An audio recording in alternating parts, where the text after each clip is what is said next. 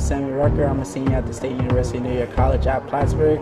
I'm a social work major and a minor in psychology, and I'm also the president of the Upsilon Kappa chapter of Alpha Phi Alpha Fraternity Incorporated.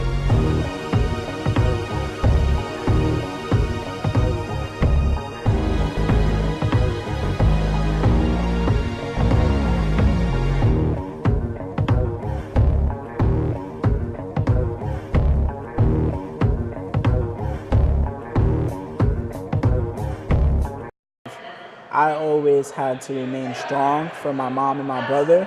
So I guess this is also a reason why I became so independent and I didn't really express my emotions and show like how I was truly feeling deep down inside, because in all reality I was hurt. I had to bounce around from many shelters and it was never, I had to live with the idea that I can get kicked out of the shelter at any moment. And it happened to me before where there's just so many strict rules that are imposed on you, and it's like it's horrible because there's like a no tolerance type of like policy. So like if you were to break a rule where like you came in 30 minutes or 2 minutes late from your curfew, because there's a curfew on you, if you were to come in like 2 minutes late, you would get kicked out of the program.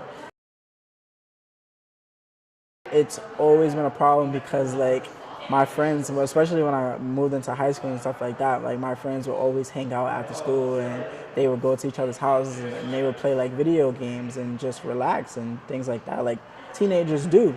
But for me, it's like I couldn't tell anybody where I lived. I couldn't have company, things like that. So it was just like I had to also, that's another reason why I had to refrain from having too many friends, because I didn't want to get too close to them to the point where they knew my situation, because at the end of the day I was ashamed of it. Like nobody wants to say that you live in a shelter and like you don't have your own room and you stuck in this small place with just your mom and your brother, and it's just horrible. I feel like there's just a lot of pressure on myself, and I don't really have like an outlet to reach out to and someone that I can express my feelings to where I know that I won't be judged or looked at in like a different type of light or anything like that.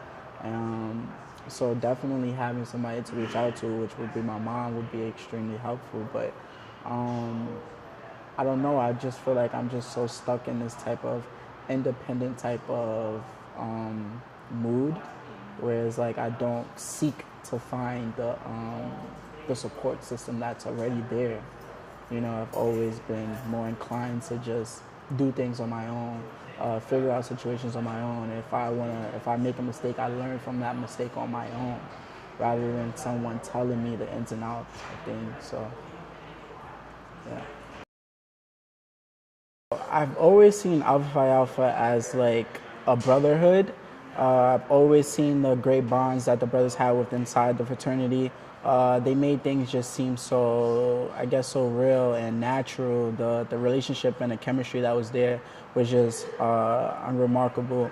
And I honestly, coming on campus, I wanted to indulge myself in that as well. I wanted to surround myself around educated African American males like myself, and that were actually striving to achieve like such greatness, and they were such a great inspiration to me, and I wanted to be able to someday have that impact on another individual as well, which is the reason why I seek membership into the fraternity. I got my first job within this, like, it was called the Peer Training Institute, where like we were doing workshops for teenagers my age. I would basically go out there and do workshops on like sexual health, mental health, discrimination, healthy and unhealthy relationships, and it was something that like I felt I grew a passion for, and I developed a relationship with my supervisor, who was a social worker, and I honestly, ever since that day, like I just wanted to be a social worker. I wanted to give that same type of feeling that she gave me in that moment for the rest of my life to everybody that I came across.